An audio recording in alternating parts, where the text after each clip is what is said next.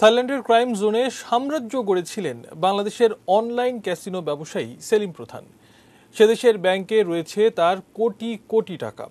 সেলিমের অন্ধকার জগতের নানা তথ্য বেরিয়ে এসেছে দুদকের তদন্তে। তাহিদ সৌরভ জানাচ্ছেন বিস্তারিত। বিএনপির সরকারের আমলেও দাপটে ছিলেন এই সেলিম প্রধান। তারপরও নানাভাবে টিকেছিলেন বহু বছরে। তবে গত বছরের ৩০ সেপ্টেম্বর ধরা পড়েন সেলিম। সে সময় ক্যাসিনো বিরোধী অভিযানে হযরত শাহজালাল আন্তর্জাতিক বিমানবন্দর থেকে তাকে গ্রেফতার করা হয়। এরপর তার সম্পদের খোঁজে নামে দুদক। ওই বছরের ২৭ অক্টোবর সেলিমের প্রায় ১৩ কোটি টাকার অবৈধ সম্পদ খুঁজে পায় দুদক। মামলা হয় তার নামে। রিমান্ডে বের হয়ে আসে নানা চমকপ্রদ তথ্য।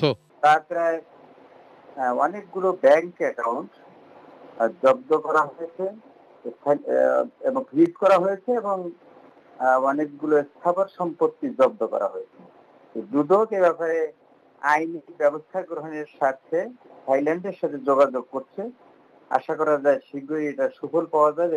অনলাইনে ক্যাসিনো ব্যবসা সহ নানা অপরাধে জড়িত এই সেলিম থাইল্যান্ডেও ব্যবসা গড়ে তোলেন তিনি, যেখানে প্রাথমিকভাবে সেলিমের প্রায় ১৩ কোটি টাকা খুঁজে পায় দুদক। থাইল্যান্ডে তার ৭টি কোম্পানির সাথে এবং ২টি ব্যাংকের সাথে ২০ কোটি টাকার লেনদেন হয়েছে। আমাদের তদন্ত কর্মকর্তারা তার বিভিন্ন ব্যাংক অ্যাকাউন্ট ফ্রিজ করেছে।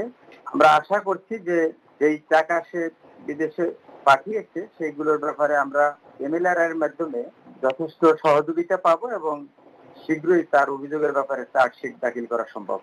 থাইল্যান্ডে সেলিম প্রধানের তমা home Pattaya, Asia United entertainment, প্রধান গ্লোবাল ট্রেডিং সহ মোট ৭টি কোম্পানি খুঁজে পায় দুদক। ব্যাংকক ব্যাংক, দি সাইম কমার্শিয়াল ব্যাংক সহ আরো কয়েকটি ব্যাংকেও তার অর্থের সন্ধান পাওয়া গেছে। তাহিদ সৌরভ, এটিএন নিউজ, ঢাকা।